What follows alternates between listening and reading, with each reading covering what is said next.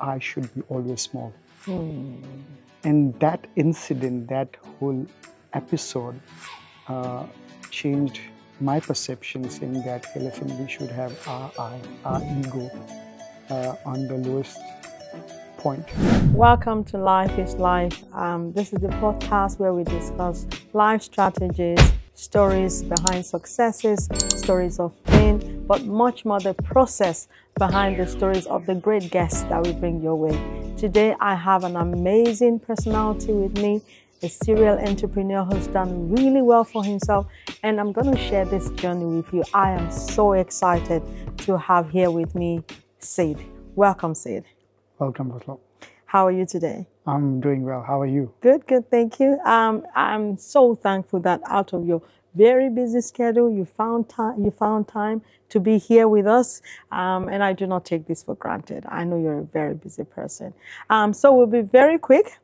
But before we get into it, do you want to tell our guests a little bit about yourself? Who is Sid? I think so. You should ask my wife.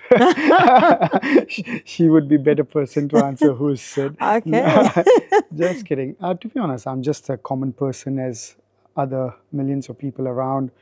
Do the normal job, work for a living, have a nice, lovely family. We live together in a joint family with my parents, my elder brother, and spend time with family. Love watching and playing sports. Oh, wow. So do that. And I love to be involved in community work because it's all about giving back to the community. That's right. So I'm part of a social spiritual organization which is called BAPS, which is a global social spiritual organization. And I get involved with them in voluntary work. And that's how I would describe myself, to be honest. Work for living, spend time with family, do pleasure in terms of sports, and give back to the community as well. What's your favorite sport? Cricket. Oh, wow. Okay. So I think so. Most of the Indian people, they love cricket. So Absolutely. I was born in India and then moved over here in New Zealand. Okay. So over there, I played cricket. I came over here. I continued playing cricket. So I love cricket. But I play all kind of sports. So I'm involved in all sports. But the favorite one is cricket. Cricket. Okay, awesome. So tell us about your journey from India. You mentioned just in India just now. Tell us about that journey, transition into New Zealand. How did that go for you? To be honest, I followed my brother's footstep. So my elder brother moved to New Zealand in 2001. And as all parents want, where the elder sibling goes, they want the younger sibling to follow similar footsteps. That's right. So I followed his footsteps, moved over here in 2006, and came initially just for the education, to be honest.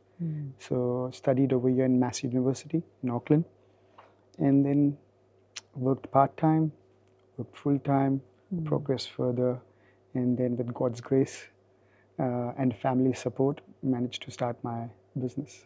Cool. Awesome. I know that you're a serial entrepreneur and you've got this chain of businesses under your belt, but you remain so humble and very unassuming. How have you managed to do that?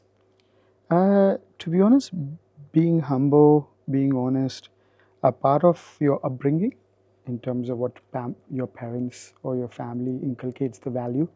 But once you move and once you grow out of a certain age, then you're not influenced by what your parents say, right? That's right. You become your own person and you start making your own decisions, let it be right or wrong. But I've been very fortunate that I have a very good guru, I would say, mentor.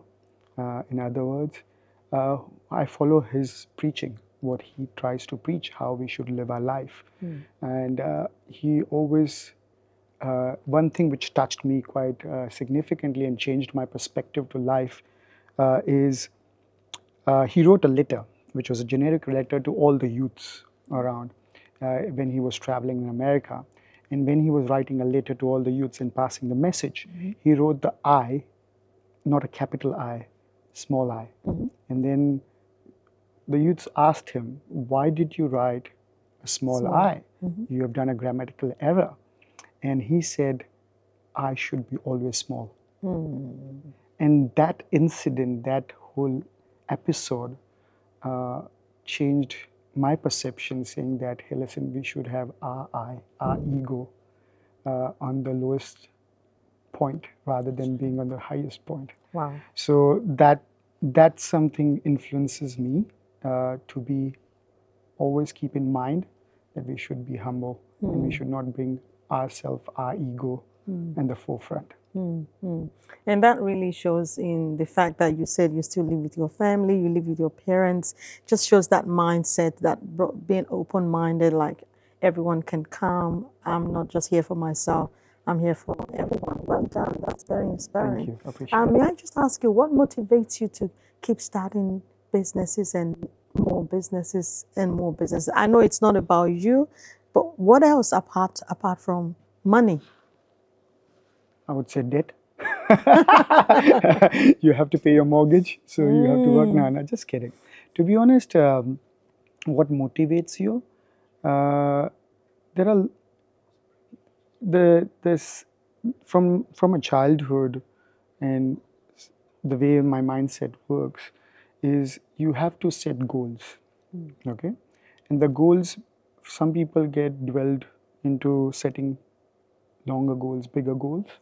And from my perspective, I said, yes, you need to have long-term and big goals, but you need to start smaller. Small, that's correct. Am I right? So one step at a time. Yeah. So you need to set daily goals, That's right. weekly goals, Yeah. yearly goals, Absolutely. and long-term goals. So from my point of view, I always wanted to set goals and achieve them. And when you achieve your daily goals, okay, or your monthly goals, whatever that could be, it's not all the goals are related to money, as you said. That's right. The goals could be, how do you keep yourself fit? That's my goal. What am I going to do recreational today? That's my goal for today. What am I going to do this month with my family? What time I'm going to spend? Yeah. So if you set those kind of tasks or goals for yourself in several multiple facets, or I would say avenues, life, professionalism, personal, I think professional things, all those aspects, then I think so when you achieve them, the sense of accomplishment which I get is just simply amazing. And from a younger age, I had a very canny knack of doing things different. Might be at the younger age, might be to stand out in front of your peers, in front of your school and university friends. But that has eventuated when I've grown up and become more responsible, that I always want to do something different. And that's put I think so, the motivation in me to keep setting goals, accomplish them, and then move on to the next one. Okay, so what should we expect in the next 5 years? Oh, it depends. Are you asking in terms of business goals, personal goals? Whatever comes to mind for you.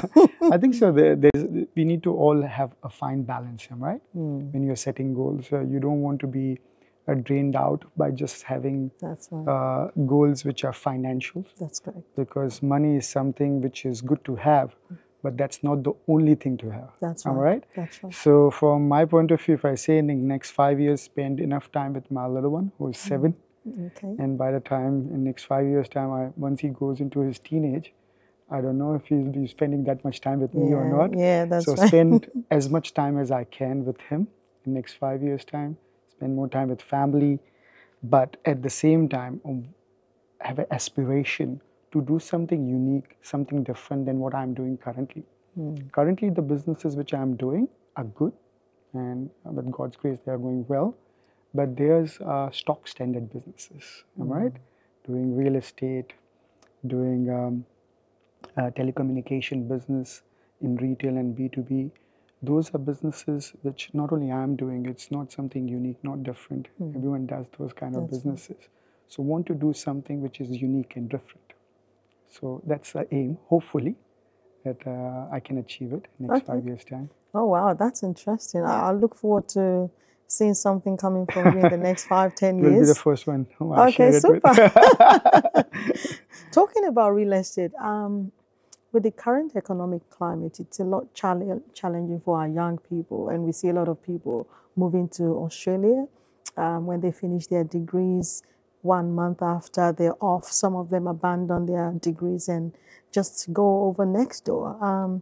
What's your advice for young people, especially the younger generation, or even first home buyers wanting to get into real estate? Because you got yours when you were young. How old were you? Jeez, Of course, you're still young. Yeah, thank you. But I bought my first property with my brother, and it wouldn't have been possible if we wouldn't have bought it together, to be honest. And the other thing is parent support as well. Not financially, but in terms of helping us to be there. That you need to buy a house.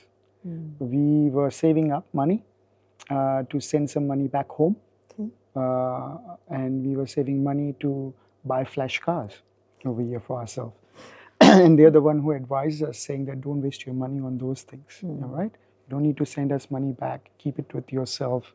Do something good with that. Invest it. And don't spend money in buying flash cars at such a young age. So we said, what should we do then? We got some money. What should we do? And they're like, buy a house. Wow. So I think so. It's buying a first home was not only my decision, or it was something which I wanted to do. It was a collective family decision, but it was quite challenging because when you're young, when you're 25, and you're wanting to buy a first home, you always have one thing in the mind, which is very common: mortgage, debt. Yes. Am I right? Yeah. So it's that thing is quite scary, but I think so. It's very important and relevant at certain stage of life to have debt. Let it be a credit card, let it be a hire purchase, or let it be having a house mortgage debt. If you have debt, you become more disciplined. That's right. Am I right? Because you have to pay it back. That's correct. And that allows you to start saving. And once you get into that habit of saving, that's where you become frugal. Am I right? Yeah, that's With right. your way of living and everything. That's right. So going back to your question is like, why is it important for young New Zealanders that they should buy a house in New Zealand, and why people are getting enticed to go to Australia or some other countries? Personally, it's a personal choice of someone where they want to live. They want to live in New Zealand and make a living or a future, or go to Australia. Everyone thinks where they live, wherever they are, the other place is better. That's right. Grass is The grass always is greener greener. on the other side. Am I right? But to be honest, if someone wants to accomplish something, whatever their goals might be, doing a business, buying a house, studying, whatever, doesn't matter where you are and throughout the world. Yes, that's correct. You just have to have that drive, and you can accomplish it. Yes, they say, oh, there are less opportunities in New Zealand, but that's not true. Okay, people might say there are less opportunities in other parts of the world as well, which are smaller countries, smaller population, smaller GDP, but that's not true. I think so. Wherever you are, if you maximize the opportunity over there, you can surely achieve something. And from that, what you achieve, that becomes your platform. And then if you want to move on to Australia or some other countries and venture out, that's absolutely fine. But you can't prove yourself over here. You can't set yourself over here and you think if you go somewhere else, you'll be able to do that. How's that possible? So you have to start where you are, prove it that you can do something over here, do a business, do a good job, buy a small house, do it over here. And once you've done that, established it, learned, then you move on somewhere else. Am I right? So that's my take on it. Everyone has a different perspective. In terms of buying a first home, I would say that younger Kiwis, everyone overall, younger generation, you would say they have a mindset that, hey, listen, if we buy a house, we get stuck with a mortgage. We lose the liberty of having a disposable income to spend on our lifestyle. Okay, but I just have a small piece of advice is like, everything has its time. Okay, you can't run away from your education in your childhood and say, I don't want to go to school. Okay, because I want to play. Regardless how much you want to play or enjoy, you still have to educate yourself at that age. Same way you need to go to university to qualify and get some kind of degree which helps you with a job. Yes, there are people who are successful, very successful, without going to university. Yeah.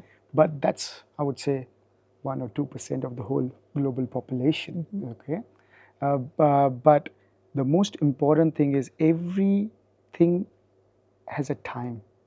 If you don't do it at that time and you miss out, I think so you miss out a key moment of your life.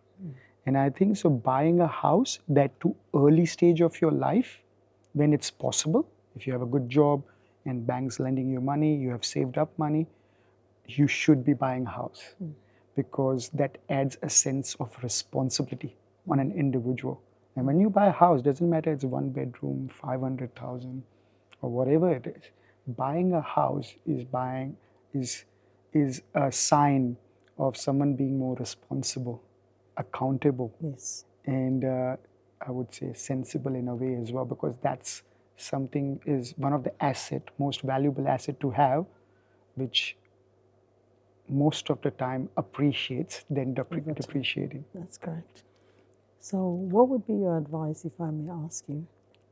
How can young Kiwis or first home buyers get their deposit? Because the interest rate is outrageous. It's ridiculous. No one can predict when it's going to come down. We're not sure if it's going to stabilize or if it's going to go up or come down. And sometimes when people are almost hitting their savings for the deposit, it shoots up again, and they're like, "Oh wow, I don't think I'm ever going to get there." And with recent news of the government kicking out the support for first home buyers, it just creates a lot of unsettlement for these young people or first home buyers. Well, what's your take on that? How can young people get their first deposits? Like, what did you do? How did you do it? Personally, I'm not an economist. I am not into politics, so I don't want to comment on any policies set by government or the legislation.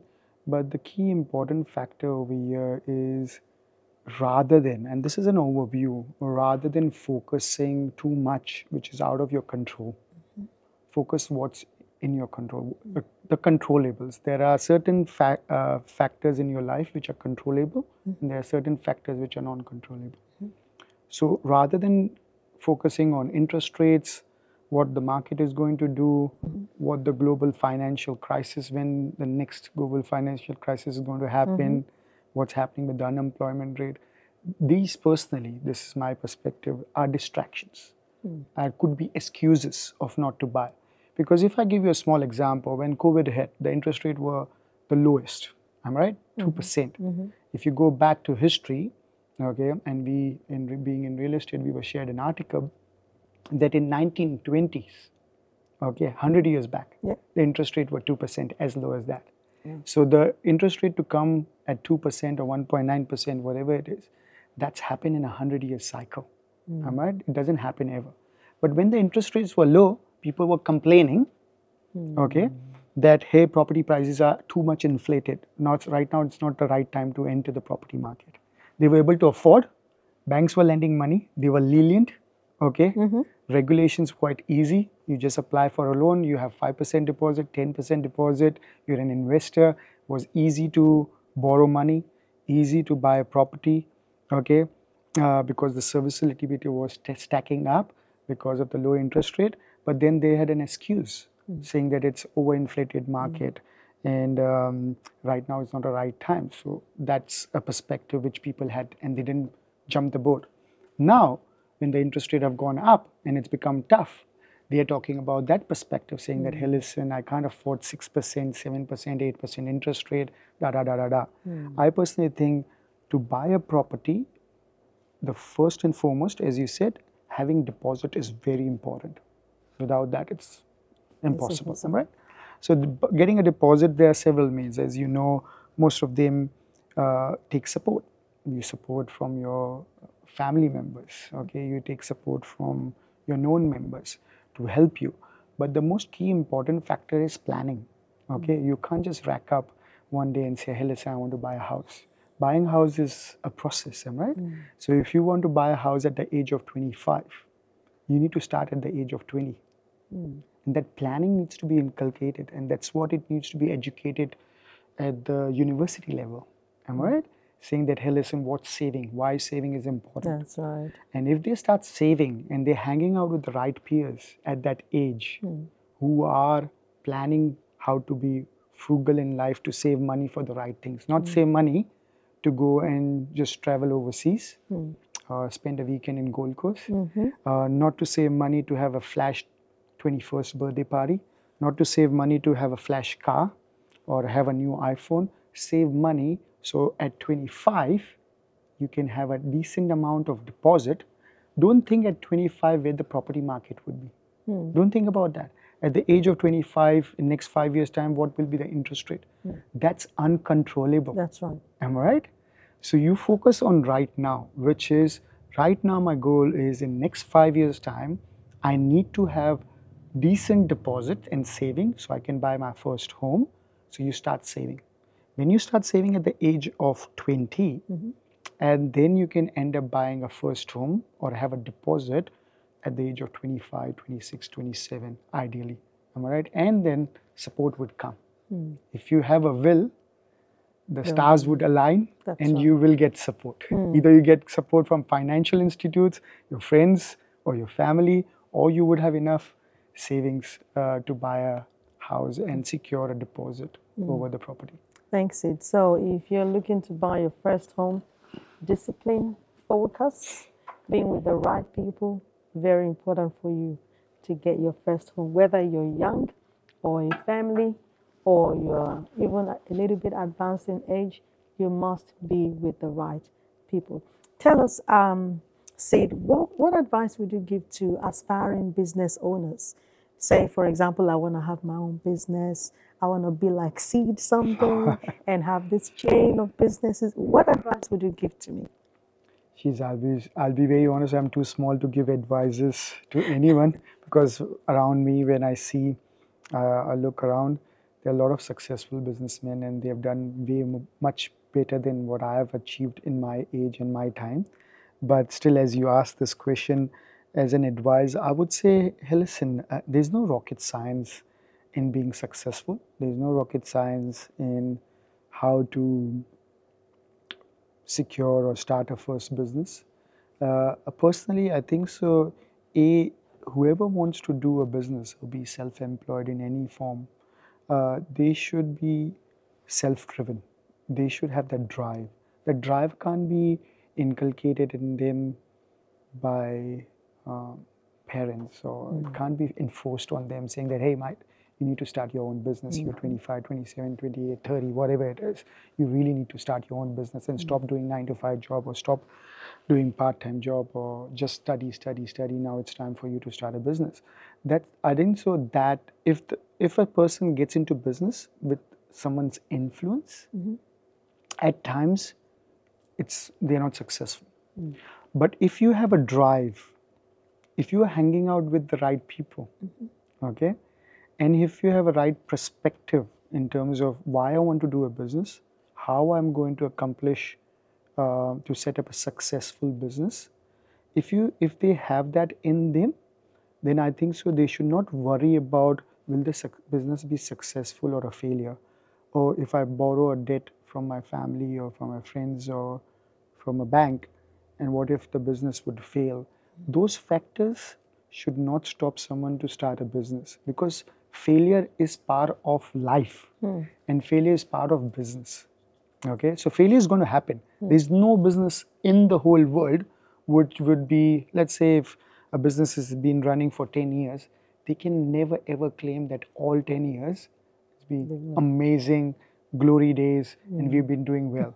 There'll be ups and downs. That's right. Okay, so I personally think doing a business is very important, but it needs to be self-driven. They need to be self-motivated that I want to do a business. And when you hang out with the right people, they guide you in the right direction. But sometimes people hang out with wrong influence, and under the wrong influence, they take a wrong decision.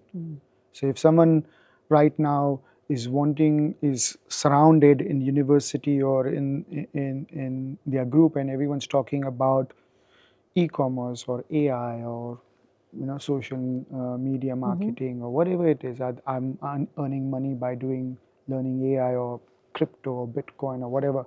And if you jump that boat just because that herd mentality, everyone else is doing, so I'm going to do it, then the chances of failure is more higher.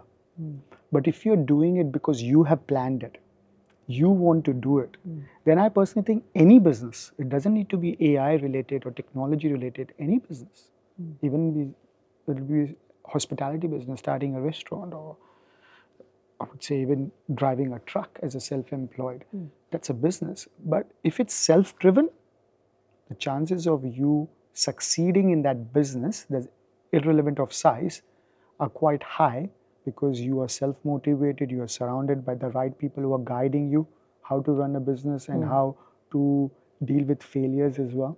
So I think so those people would thrive and do better. Thank you. Thanks for that. It keeps reminding me of what, if I were to put on my pastoring hat, what the Bible says about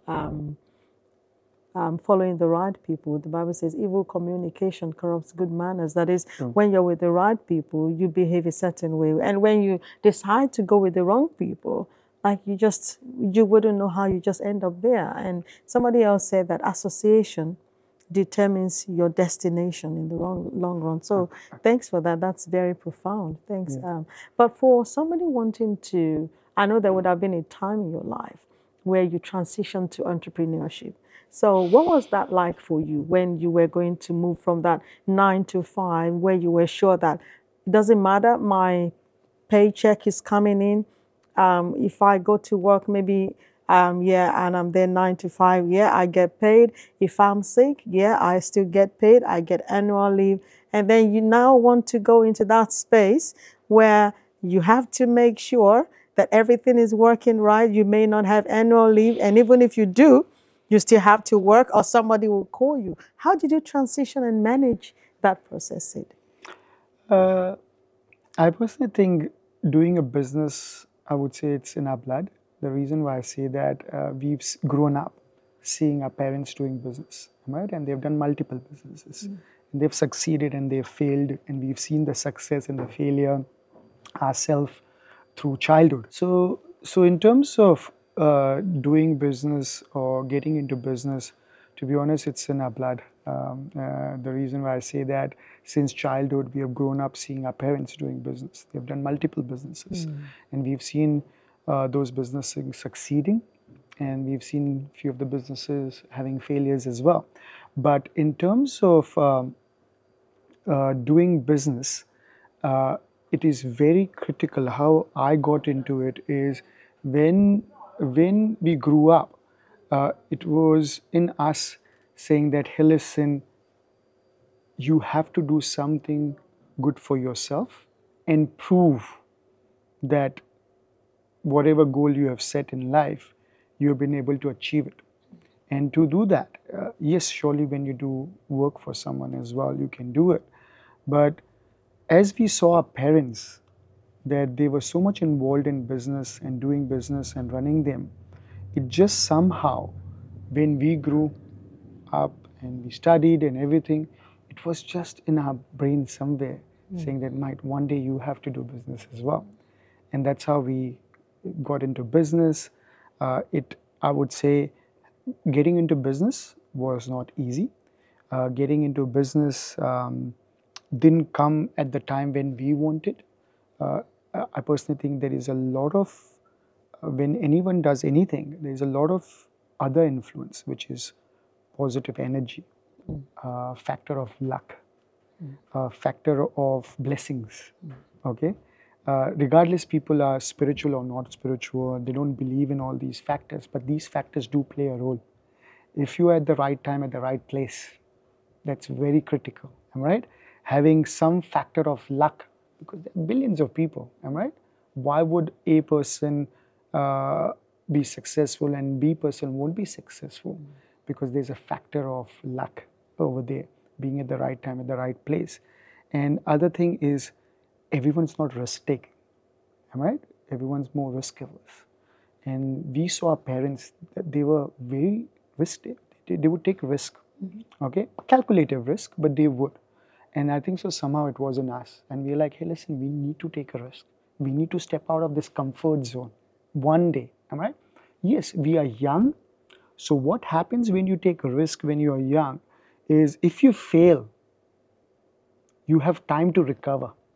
Whereas sometimes, I'm not quantifying this by age, even at older age, you fail and you can still come back on your feet. But if you fail when you are 50, you have mortgage, you have family, you have kids in terms of who you need to support and make sure their goals are achieved.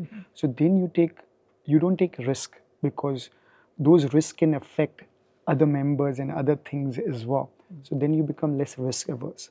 So when you're young, you have an amazing opportunity to do mistake. It's like when you're young, it's easy for you to sit on a cycle without wheels, try to cycle around, fall, recover, and still have that instinct to get back on the cycle.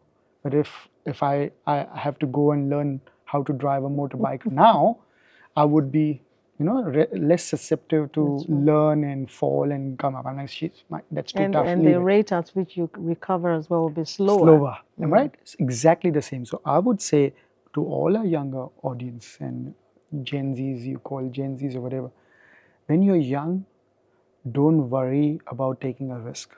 Let it be a career risk, let it be job, let it be buying a house, let it be starting a business. Take that risk, because if you fail at a younger age, you've got so much more power, stamina, mental power, emotional power that you can recover, and you have time to correct it in your rest of your span of life. That's correct. And somebody once said that if you fail once, try again.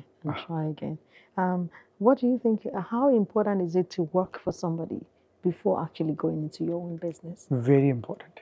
Very important. Do you have to work in the same industry or a different industry? Ideally, I would say it's very helpful.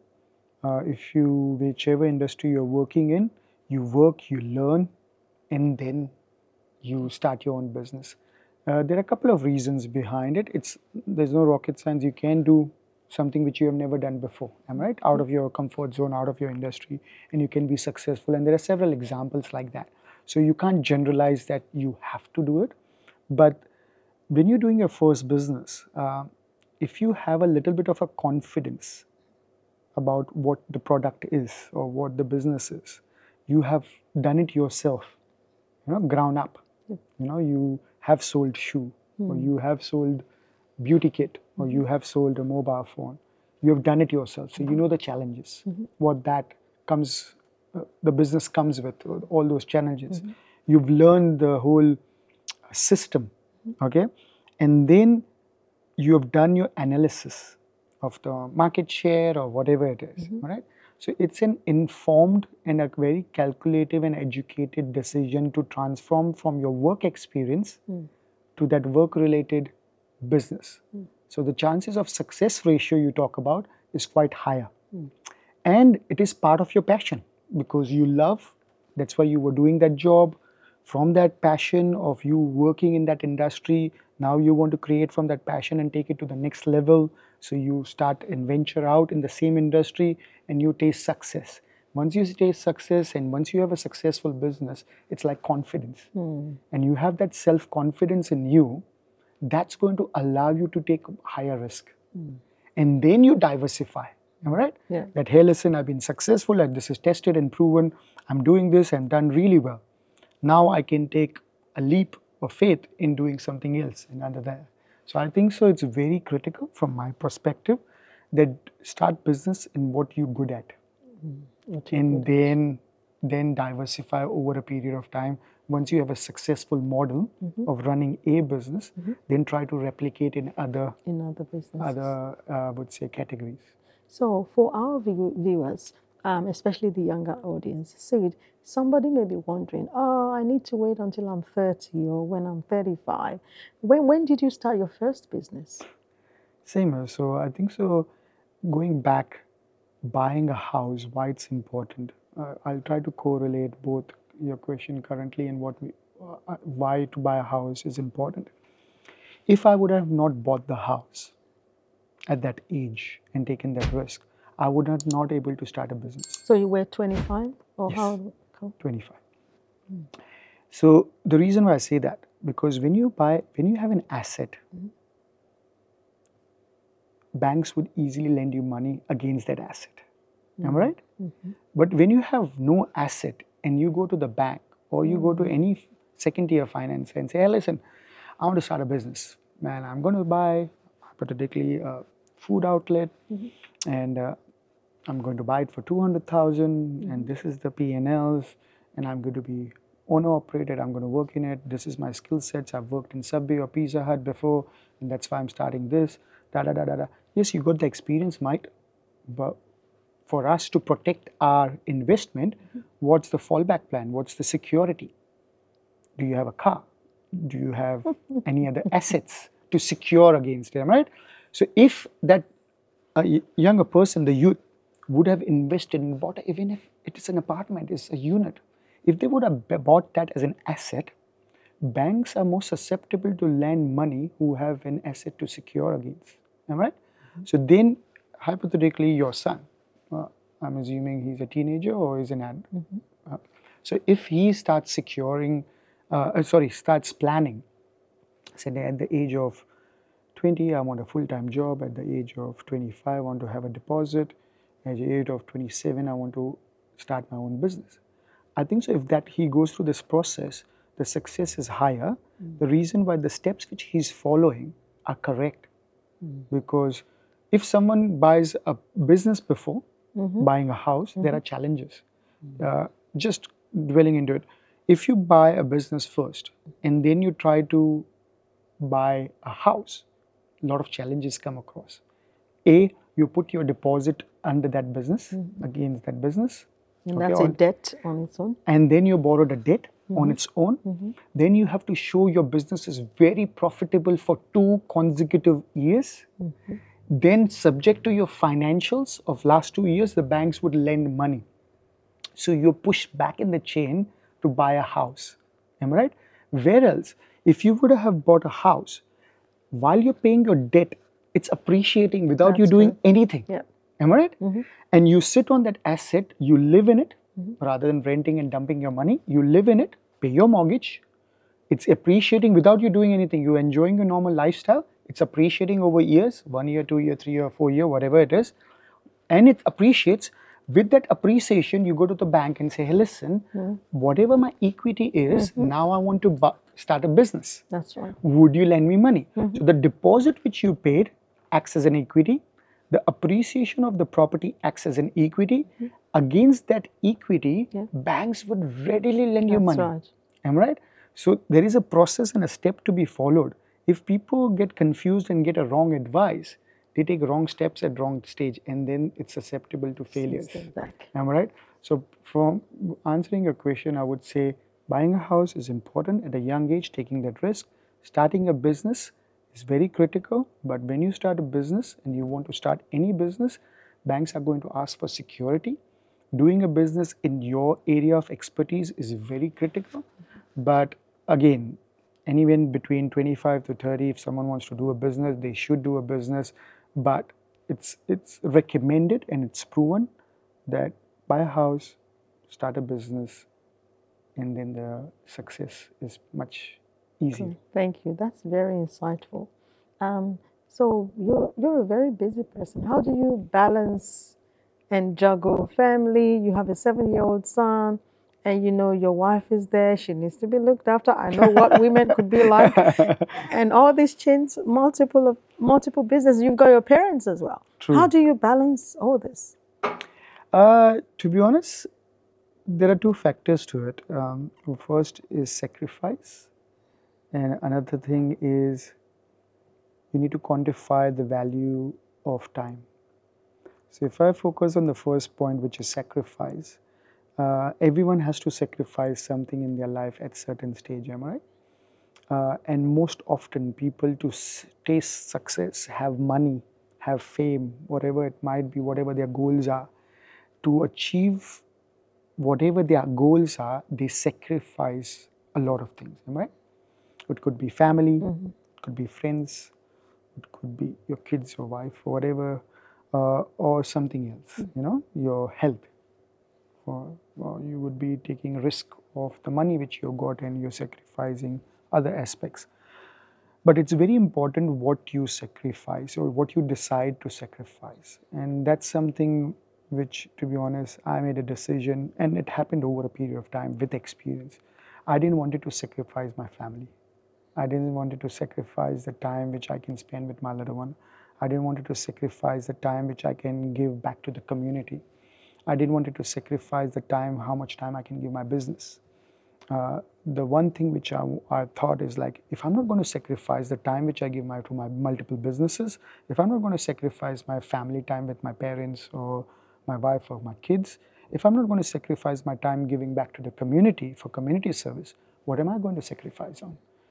Then I reflected and said, if I have these goals, then there's something which I need to sacrifice on my personal liking. Am I right? And I love to play cricket. Okay, so I decided, do I sacrifice family time and continue playing cricket? Do I sacrifice business and do this? Or do I sacrifice community time and do this? So I said, I need to sacrifice something which is related to me, but doesn't affect people around me. Doesn't affect the business, doesn't affect the family, doesn't affect the community service which I'm wanting to do. It should be something which I need to personally sacrifice myself. It could be your sleep. It could be something what you like. Like some people like watching Netflix. Or some people like spend time reading books, hypothetically, or some people like playing sports. I'm still playing sports, but the time which I was spending playing sports, I've reduced it. Okay, I still play sports. It's very important. Okay, for your health, for your mind, everything, physically, mentally, everything is very important to play sports or be active. But the amount of time which I was spending doing something which I liked, I reduced that spend. So that's the sacrifice I did, and that's how I be able to manage it. And going to the second factor, which is, if you go in the world, there are few things which you can't buy, right? You can't buy happiness. There's no way. Even if you Google it, there's no way. Yes, there would be stuff, oh, you do meditation and you do this and whatever. You go to a counselor and then you might be able to feel better. No offense, but I personally don't believe in those methodologies. I personally think you can't buy happiness and you can't buy time. Am I right? You can't buy it. So if you start valuing the things which you can't buy, automatically you will look after it. Wow. Am I right? So I can't buy time. So I have to look after time. So I have to manage my time very well. So from my personal point of view, sometimes my family gets quite irritated, but I'm like, I give a to-do list to even my family members. Hey, like, this time this needs to happen, within this time this needs to happen, within this time. And even to my team members, I say, hey, listen, it needs to happen in this time. Why? Because if you start valuing time and start setting those goals which I was talking about, daily goals, weekly goals, 5-year plan, 10-year plan kind of goals, and you start working towards it, and the only way you can achieve it is if you're disciplined and you're managing your time properly. So from my point of view, small management of time, everyone would say, oh, management time, there are theses written on how to do time management, right? But I personally think is like, when a person understands that time is invaluable, then those management theses or management modules will work. But if a person doesn't value time, how are you going to educate that person? Am I right? Yeah. Then this is invaluable. Okay, you need to be on time. You need to wake up on time. You need to sleep on time. You need to follow a time process for doing things. If you skip that time, you need to make sure the next day you have to work harder. Okay, because everyone has 24 hours. Am I right? That's right. No one has. Your son might not have 26 hours. The other person walking down the street doesn't have 28 hours. There's no discrimination in time. Time is 24 hours for all of us. Correct? How we utilize time and how we value time is very critical. And I personally I don't know how I started valuing time more, but over my experience in several ways, I understood that if I don't value time, might I'm going to miss out on a lot of things, and I became very disciplined, which sometimes becomes annoying for a lot of people around me or who are working with me, kind of stuff. And that's one of the habits of highly successful people, you know. If I were to take a cue from that, and what advice would you have for fathers and husbands? Because I've heard a little bit of your family values there, talking about how you value your family and some of the things trickling down from your parents. So it's not just starting from you, it's there in the background. So more like maybe you're the second, third generation of people that value that. So what's your advice for fathers and husbands in what is one thing they can do to show that they value their family?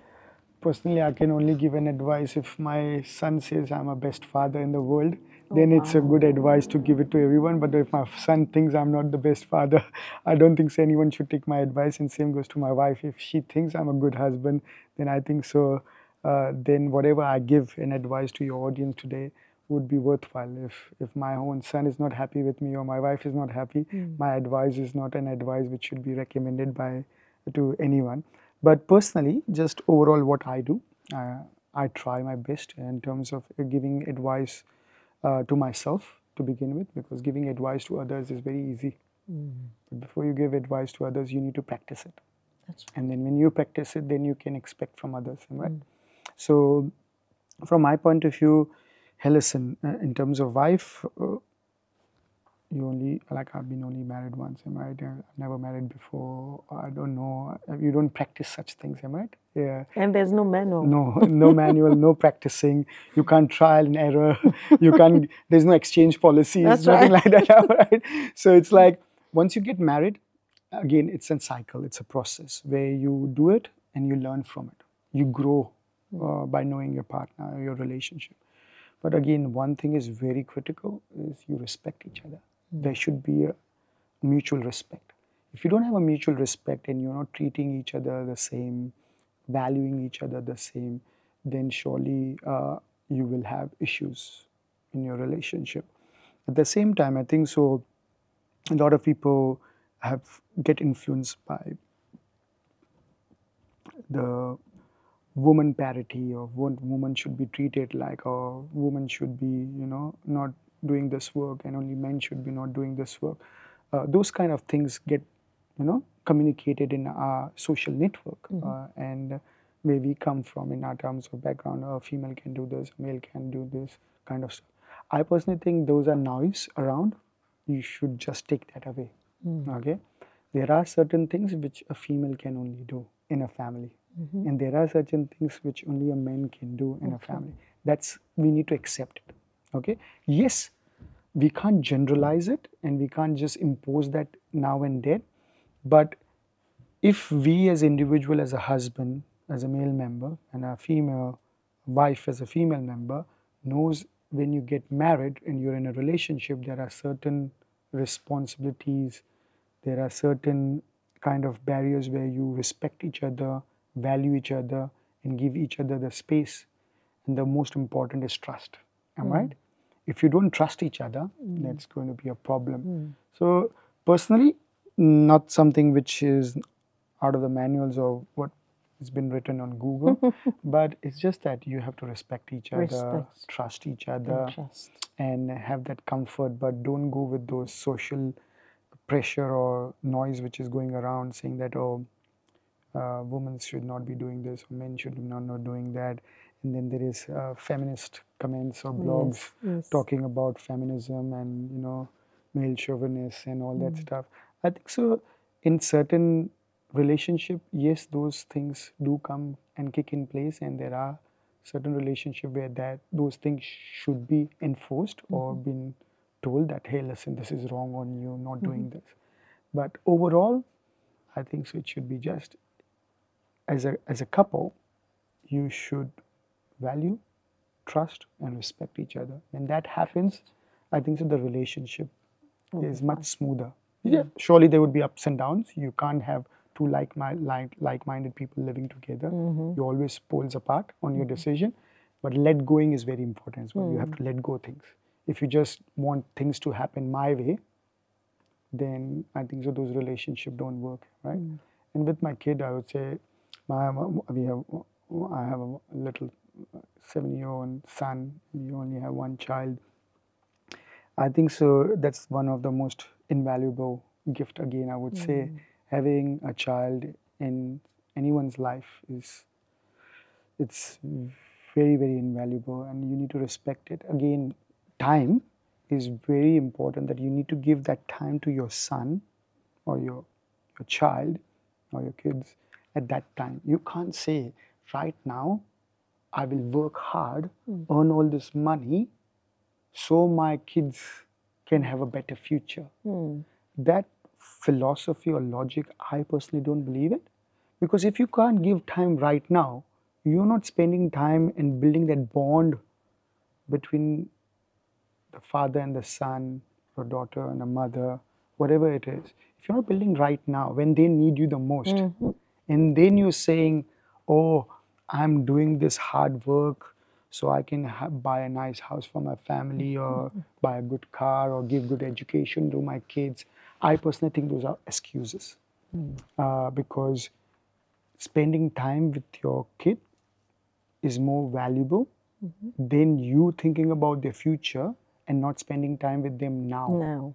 Am I right? Because they need you now. No, At that's that right. time, you're not available.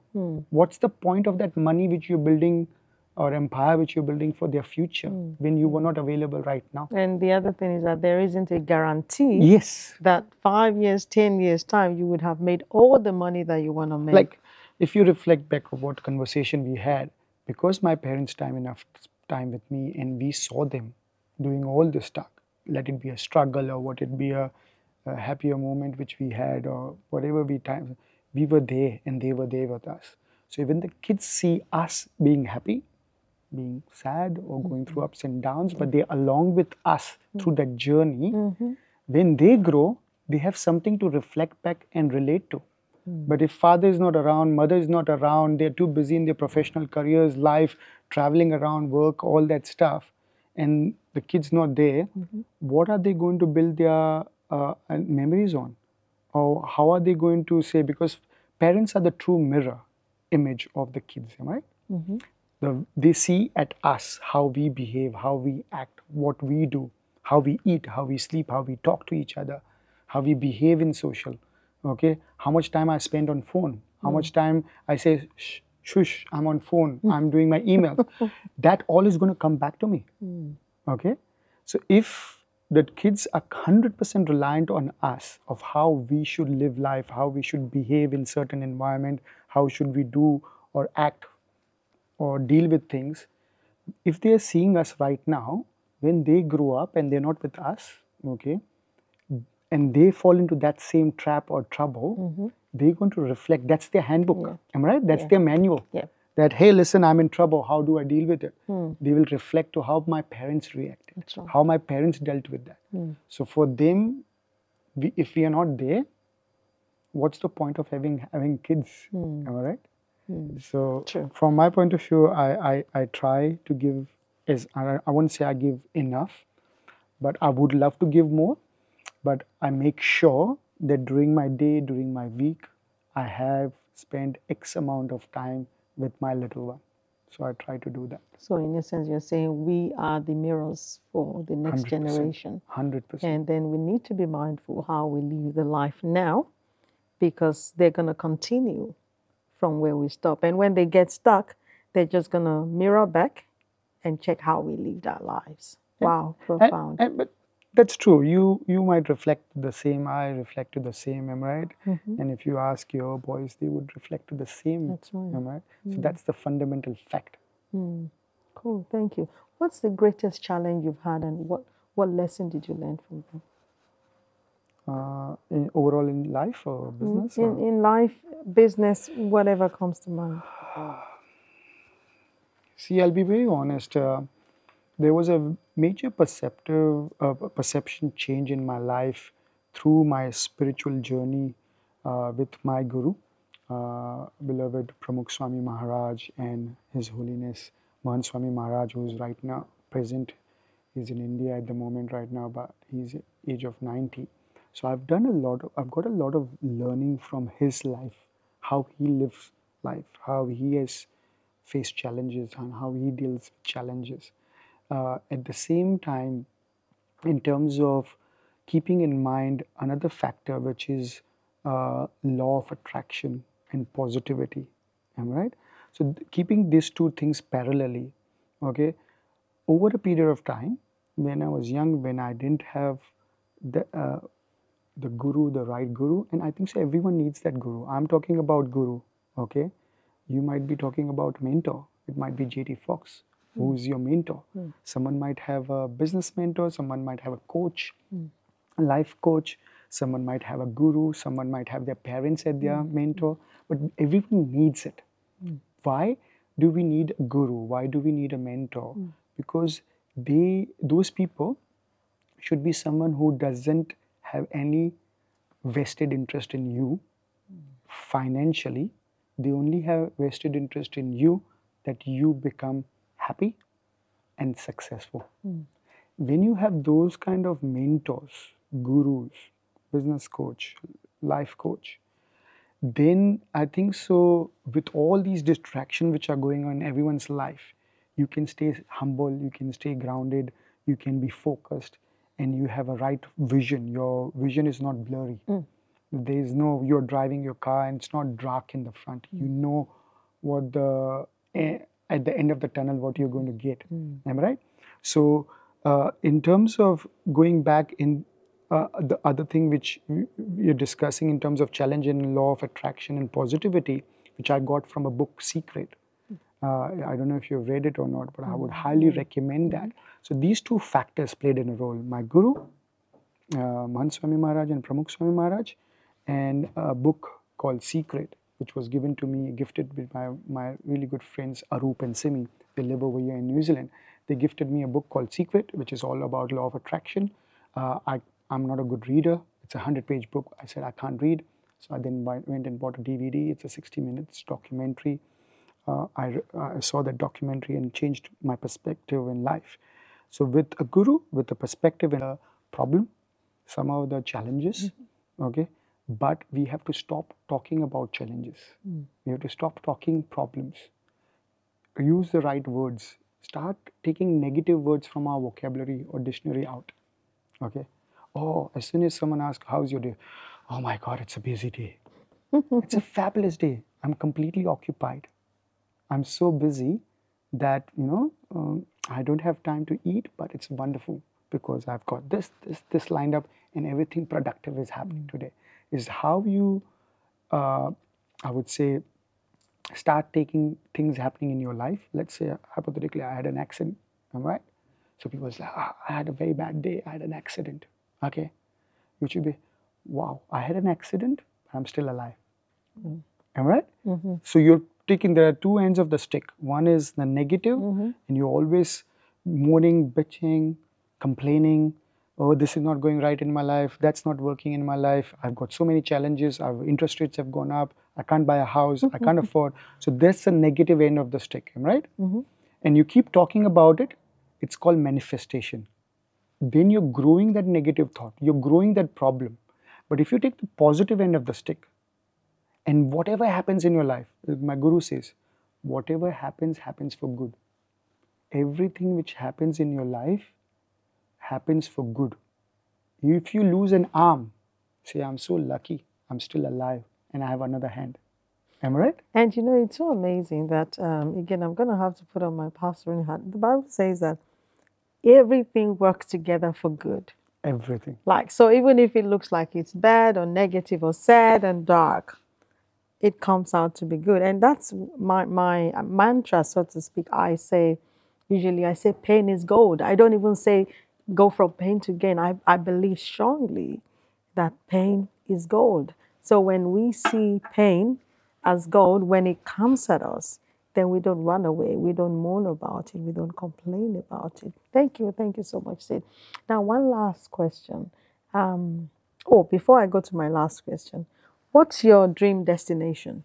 Oh, jeez. There are a lot of them, to be honest. But Okay. my dream destinations are quite wild. Like I would like to do African safari, Oh, go on an Egypt tour.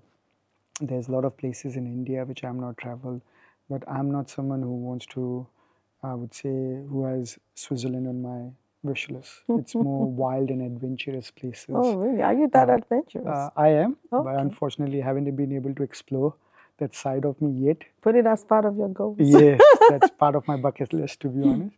But no, to be honest, any place which is more to explore, adventure, those kind of places. I would say Africa, Egypt, a lot of places in India which I've not been. A lot of places in New Zealand. There are lots of trails, beautiful trails. Yeah, Am I right? absolutely. I want to do that. So hopefully I can do all of those. Okay, what's your best color? Oh, jeez. To be honest, I'm not just saying for the sake of it, but to be honest, there are very few things. Even my wife won't be able to pick what's my favorite food, what's my favorite color, what's my favorite drink, or whatever it is. Because for me, it's like I've never tried to have one thing as favorite, because then what happens, you're trying to attach yourself to something.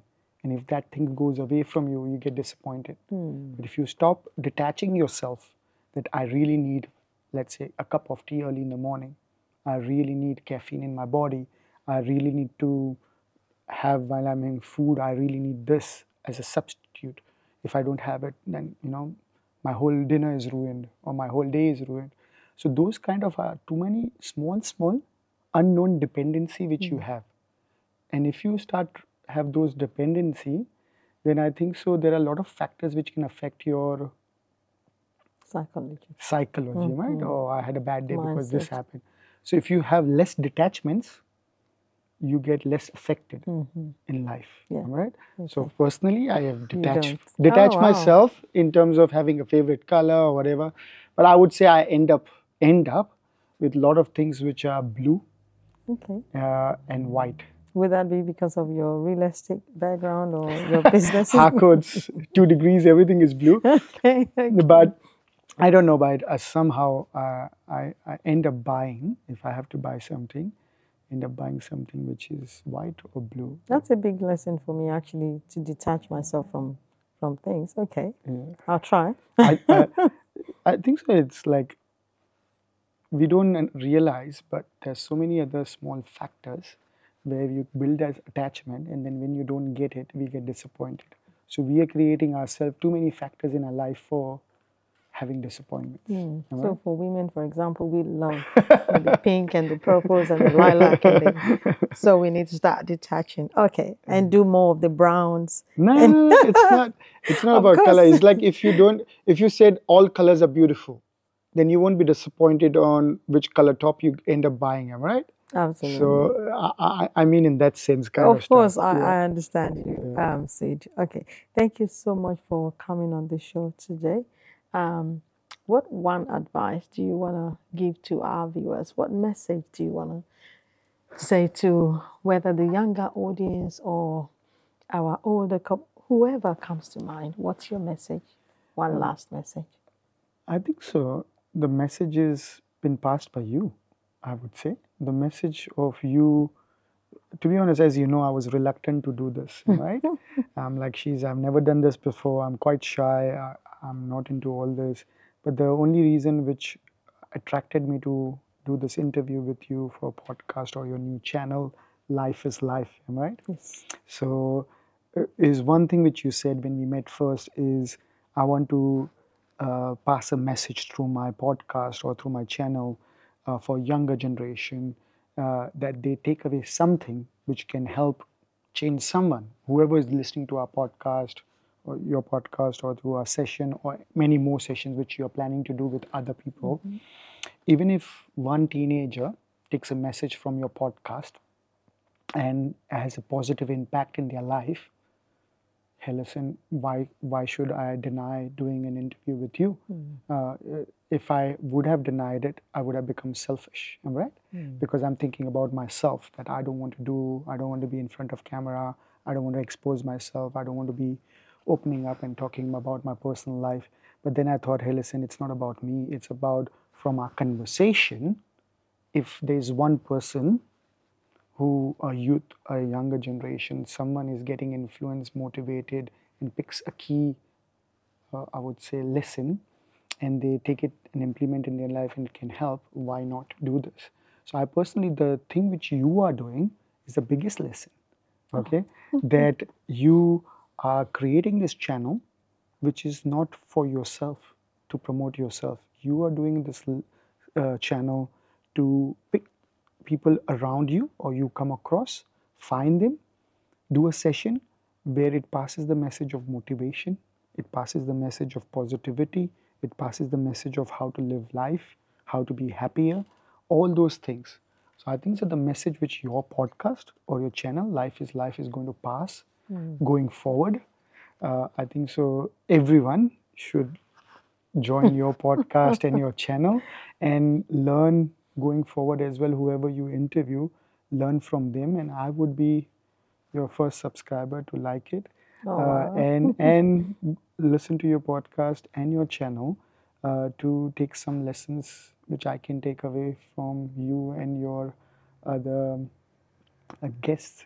Oh, wow. Profound. Thank you. You are so broad and wide. You are just, permit me to describe you as No. massively massive. You don't look at yourself. You're just this person that embraces everyone. I wasn't expecting you to put the light back on me that way. No. But it is, because you need to understand not many people do things like what you are doing. Yes, people are running podcasts, running their YouTube channels, and trying to have some monetary gain from it. Yes, you might get that as well, but your first agenda, the first goal, the way you said, hey, listen, you decided to have a tagline through your coach and yourself is life is life.